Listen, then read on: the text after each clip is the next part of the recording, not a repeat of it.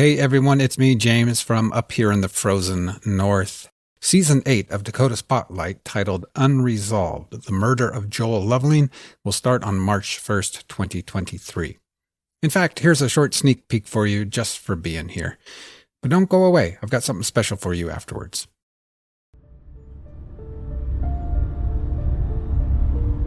At the early morning hour of 1 a.m. on Sunday, October 28, 2007, at the northern end of the university town of Grand Forks, North Dakota, a taxi cab operated by the Red, White, and Blue taxi service purred slowly along Washington Street in search of its next fare.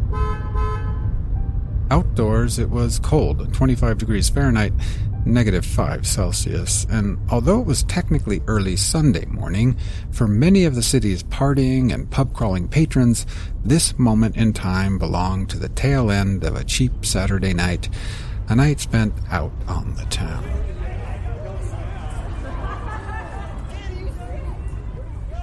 Most of these late-night partiers would soon return home, where they would free-fall into their beds. But first, they had to get home. I'm up here on 36 now, about to go under the Ordnance Bridge.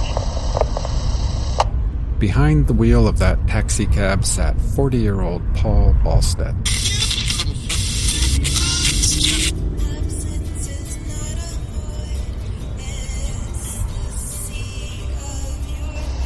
I'm on Southside Woodlawn, Harry.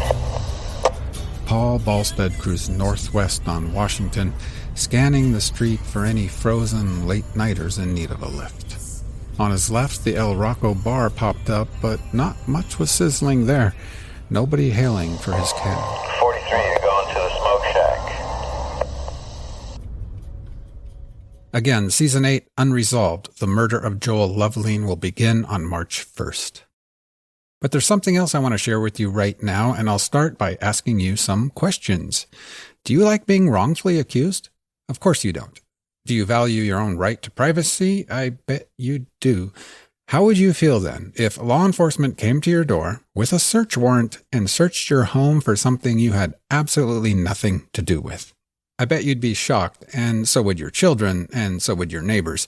Can't you just see your neighbor watching from the window as police raid your home? And don't worry, it gets worse. Your whole community is about to hear about it. How would you feel if the local police department then posted your name on Facebook and shared with the whole community that your home had been searched? I'm guessing you would be enraged. But hang on, again, it gets worse. How would you feel if a judge later determined that the law enforcement officer had negligently falsified the search warrant in the first place? Well, I guess a part of you would be relieved that the nightmare was over. A judge has just ruled against the law enforcement officer, thereby voiding the whole search, regardless of what the cops did or did not find. Sure, a part of you might feel relieved, but how are you going to rebuild your reputation in your community? How would you feel if that same police department, after a judge had ruled that the warrant was falsified, how would you feel that they never took down or deleted that Facebook post in your community? How would you feel if that post was still there to this day? Well, that's what the police department in Montevideo, Minnesota has done, and my colleague Trisha Turinskas can tell you all about it in the following podcast episode. It is part 2 of her investigation into a suspicious death in that town, Montevideo, Minnesota. And by the way, this is why local journalism is needed. If it wasn't for Trisha, nobody would be hearing about any of this. I'll see you March 1st with episode 1 of Unresolved, The Murder of Joel Lovelien. But for now, here is Trisha Turinskas and part 2 of her investigation. This is part 2 in an ongoing series on the death of Refugio Rodriguez. If you haven't listened to the first part, I would suggest you go ahead and do that now. It covers a lot of key details necessary in this complex case. Stick around for the end of this episode, when I discuss what happened after the print version of this story went live on forum communication sites. My inbox in the days after it was published tells another story, a story behind the story.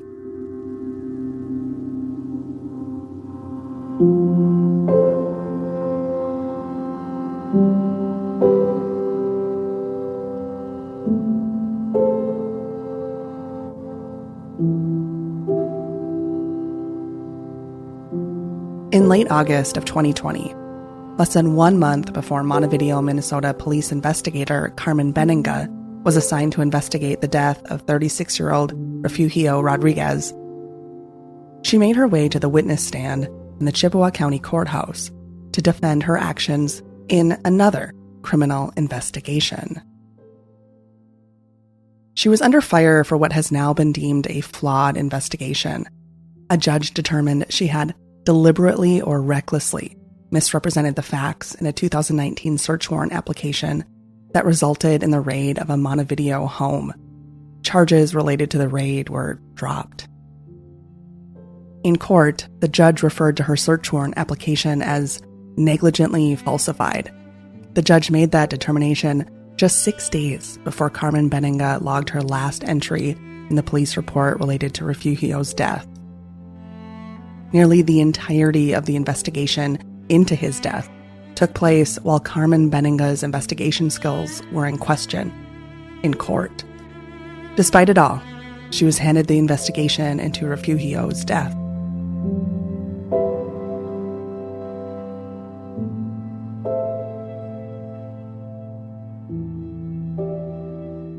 It's been difficult to determine the oversight Carmen Benninga has as the department's sole investigator.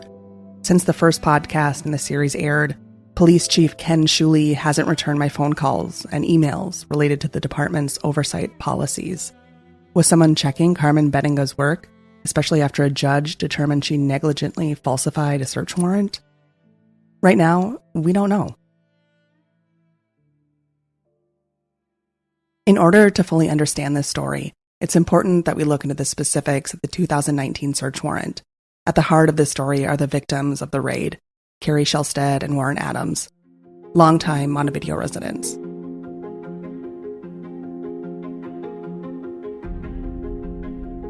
Carrie Shelstead was at work when she got the phone call.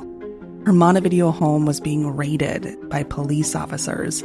Her children were on their way home from school, and she immediately got in her car and raced home. She wanted to spare her children from whatever was happening. I guess that's just the part that will, haunt me forever. You know, they could have came at 8 in the morning when the kids were at school, or, I said, just knocked on the door, asked to talk to Warren, or came up to the hospital and asked to talk to me. I mean, it's not like like we had these criminal records and we were these dangerous people that were roaming the streets. They clearly, in my mind, could have handled it differently. When she arrived at her house that day, on November 18th, 2019, Carrie Shelstead was confronted by police officers. They showed her the search warrant and told her Warren Adams, her partner, had sold a stolen firearm. They said the gun was stolen from a home in North Carolina, along with a lot of other valuable stolen belongings, including some expensive jewelry and even more firearms. The cops told Carrie Shelstead there was probable cause to believe Warren Adams was involved. Except Warren Adams didn't sell a stolen firearm, and he wasn't involved. He had no connection to North Carolina. He'd never even been there. At the heart of all this was a shotgun that Warren Adams sold to an online auction service. Now, it's fairly routine for those in the online auction gun trade to make sure the weapons they're purchasing aren't stolen.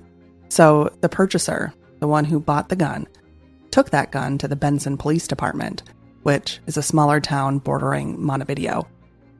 It was checked through the National Crime Information Center database, along with the other firearms he purchased from Warren. One gun he bought from Warren Adams was flagged as stolen.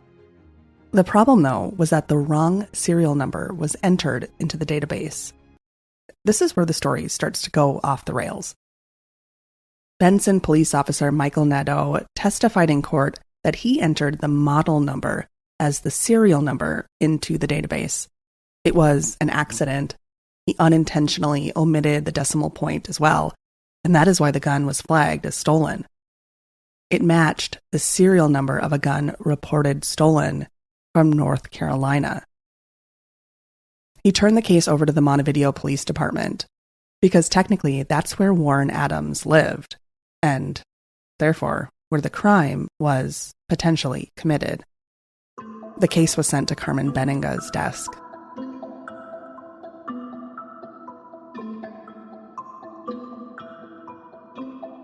When investigating the case, Carmen Benninga didn't catch the missing decimal point. She moved forward with the investigation, obtaining photos of the allegedly stolen gun. And here's the thing. They looked different. The stolen weapon had a blonde custom finish with burn marks from a torch. That differed from the physical description of the shotgun Warren Adams sold. His firearm had a dark wooden finish with no burn marks. Carmen Benninga did not include those discrepancies in the search warrant application. She also learned in the investigation that the owner of the gun, the original owner, basically believed a family member had taken the weapon. In her investigation, Carmen Benninga did not seek out information related to any potential connections Warren Adams might have had to North Carolina. She did not investigate whether Warren Adams had recently been to North Carolina, and as I mentioned before, he's never traveled there. I guess the part that the whole thing, but the part that just showed such incompetence and I guess lack of training and education was this supposed gun stealing took place way out in North Carolina. They had no evidence that Warren had ever been there, which he's never been there. That information was also omitted from the search warrant application. Instead, Carmen Benninga confidently handed over a search warrant application to a judge. She claimed she had confirmed that Warren Adams sold a stolen firearm from a pretty big theft out of North Carolina, and there was probable cause to believe he was the thief, or at least involved. But as she said in court, she knew the gun in question didn't match the description of the stolen firearm. In her testimony, she said she did not include the physical description discrepancies in the search warrant application because she assumed the owner of the gun, and this is a quote, made a mistake and most likely just mixed it up with one of the other guns. That assumption did not sit well with the judge. Here's what the judge wrote in his conclusion. The court does not find that Benninga acted intentionally to deceive the court. However, omissions and misstatements amounted to more than mere negligence because Benninga had obvious reasons to doubt the accuracy of the information she reported. We know now that less than 1 week later, Carmen Benninga filed her last entry in the case pertaining to Refugio's death. It was ruled a suicide. Case closed. I should note here that days after the raid, the Montevideo Police Department created a post on their Facebook page. It stated that Carrie and Warren were charged with crimes unrelated to any theft out of North Carolina. That post was never deleted or corrected.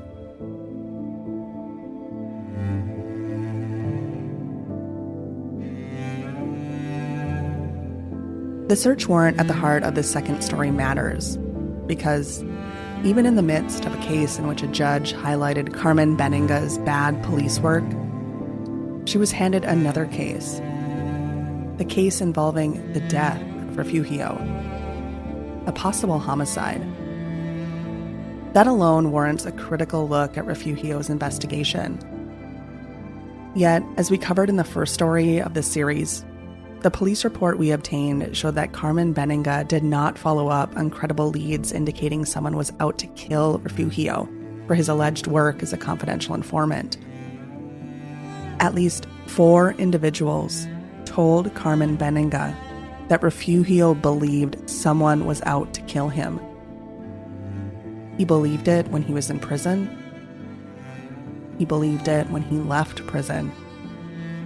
And he expressed it to multiple people in the week before he was killed. The police report shows that multiple people provided the same name of the individual Refugio believed was out to get him. Possible accomplices were also named. There were also discrepancies in the police report and the autopsy report related to the manner in which Refugio's body was found. We went over that in the first episode.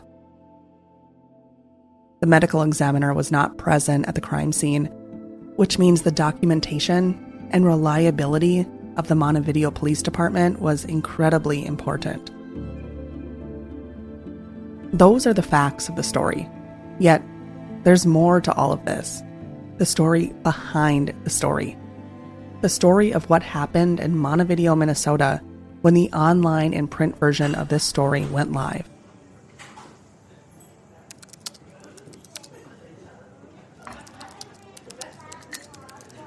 I would describe Montevideo as a news desert. That's essentially an area where watchdog journalism within a community no longer exists, if it ever did. There is a local weekly paper in Montevideo, but like many small towns, it exists to inform the public about local events, community wins, donations made. It's run by an incredibly small staff. They simply don't have the capability to carry out reporting that holds local bodies of power, like the police department, accountable. And it shows. I live in Montevideo. Like many of us in this post-pandemic world, I work from home. From my basement office, actually. I cover stories in North Dakota, South Dakota, and throughout Minnesota. It just so happens that this story, Refugio's story, was playing out in my backyard. And so, like a local reporter would, I had the benefit of being immersed in the story and in close proximity to the institutions and individuals at the heart of the story. I wouldn't have been able to cover it in this way otherwise.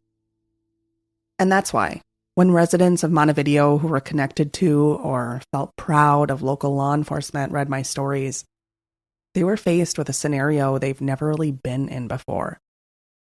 A scenario in which journalism was highlighting, in plain sight, law enforcement being held accountable. And some were angry. Some were confused as to why the story existed at all. My motives were questioned through emails and Facebook Messenger messages. I got the sense that one segment of the community was yelling in unison, "How could you?" I wonder if those who are angry tend to be those who have benefited from the institutions of local law enforcement. Maybe it's worked for them. And they haven't been on the end of police misconduct or unlawful search warrants. Maybe they see themselves as the, quote, good guys. If a cop messes up and violates the right of a, quote, bad guy, what's the big deal? Good is good and bad is bad. But that's why we have laws, rights, the Constitution. Determining how one should be treated based on one individual's morality meter doesn't fit within the American legal system. Not all of the feedback has been negative, though. In fact, a lot of the feedback came from a place of gratefulness. I've been thanked for doing basic journalistic work through both whispers and loud voices. Those who were grateful felt they were finally seeing local law enforcement being held accountable. And they were relieved.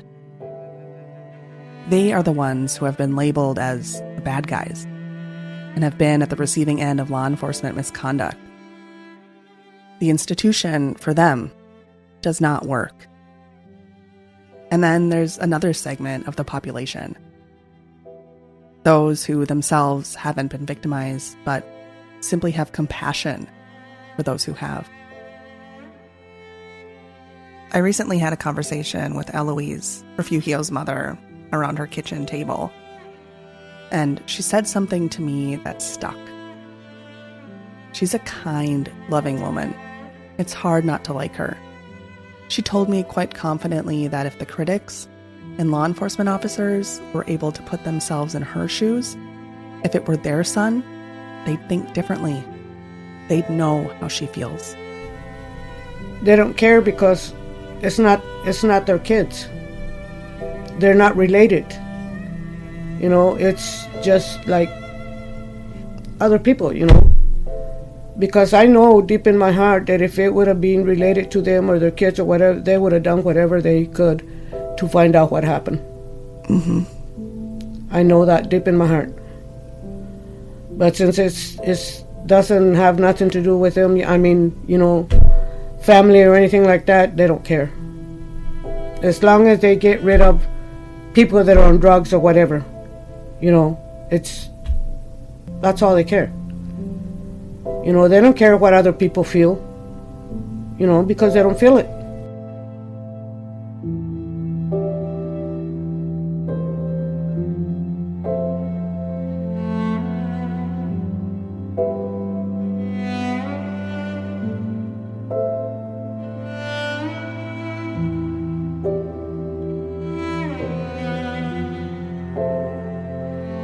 Look for part 3 of this series coming soon. To read the print version of the story, head to inforum.com. Just look for the Vault section.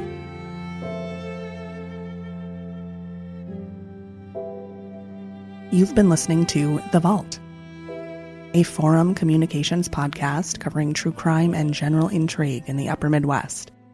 I'm your host, Trisha Turinskis. Thank you for listening.